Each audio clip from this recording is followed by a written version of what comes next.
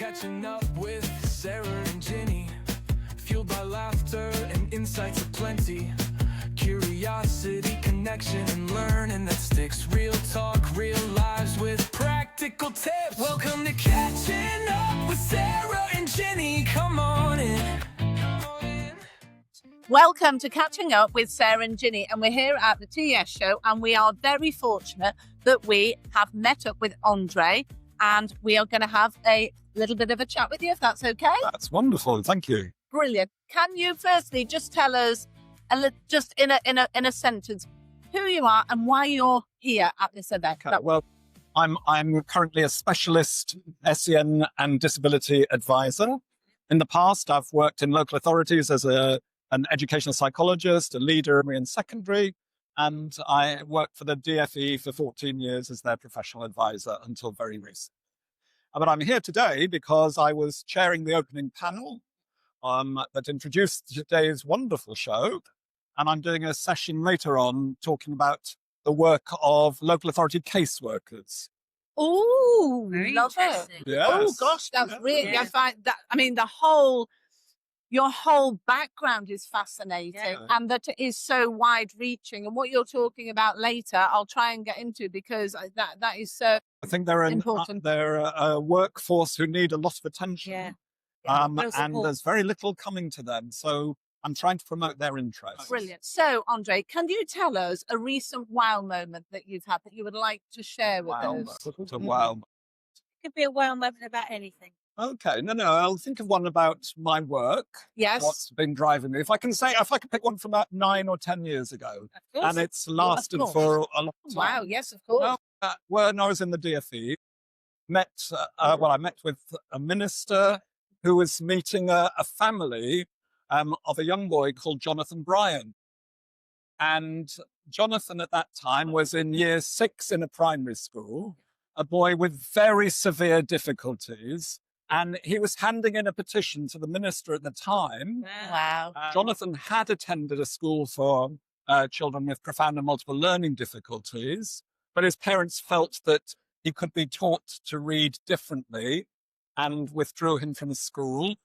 They taught him to read using eye gaze, and he started a petition to try and get lots of signatures to promote reading for every child, including those with profound learning difficulties. So I met him in this meeting with the minister, and his story was quite something.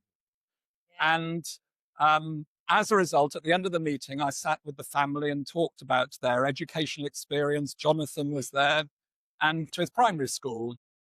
And I was really taken aback with how inclusive they were, how well they'd integrated with Jonathan, and how he was just part of the school. And we talked about secondary education, and the parents had been to a few secondary schools. They were adamant he should be in secondary school. And I think they'd had 1 or 2 knockbacks from 1 or 2 secondary schools, but they went to one secondary school, opened their arms, despite the challenges of wheelchair, needing feeding the whole time, unable to move or communicate orally, and dependent on others for everything.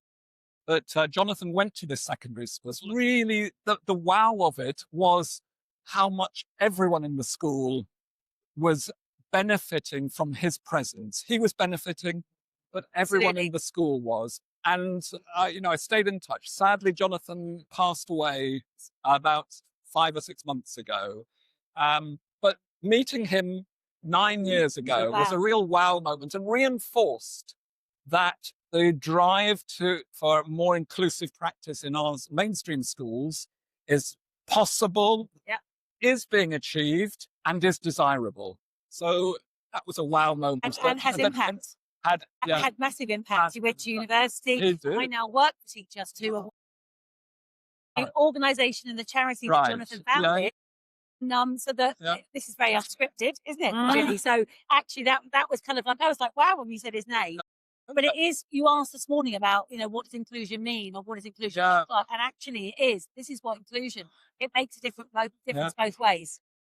Fabulous. Total. Wow. Wow. As you were saying that, I was like getting like, I was like, Yeah. oh my goodness, Sarah has a personal connection as well. Yeah. For you to speak about that Yeah. is phenomenal. Thank you so Okay. much. Thank you.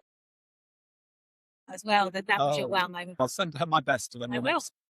So, Andre, can you think of if special needs were a song, Oh, what would it be? wow. Another wow. Well, no, I'm Deep interested breath. to hear this I'm now, buying Andre. time. Especially, right, I've got one, and I'll have to explain why I've chosen it. Brilliant.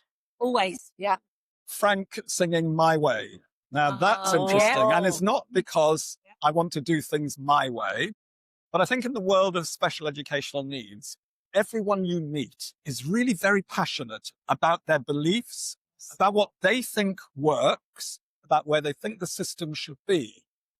And they're coming from a point of my way is the right way. I want to do it my way.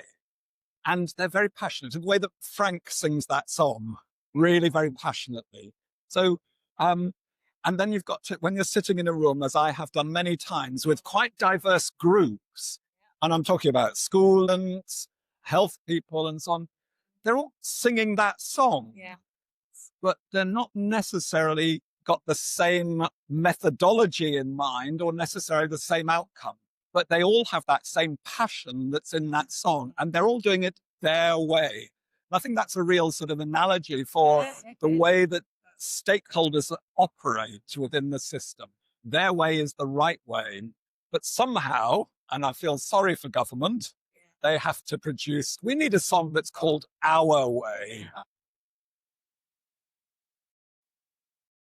Okay. Our way, because it is about branching or kind Yes. of bridging all of the ways to find the way forward that is our way. Yeah. I like that. Staff.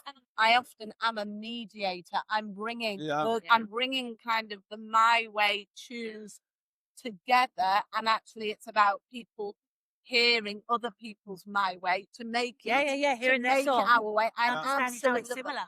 Yeah. Similarities between things as well. And I think actually, when we are singing, as Frank sang, my way, we need to be heard.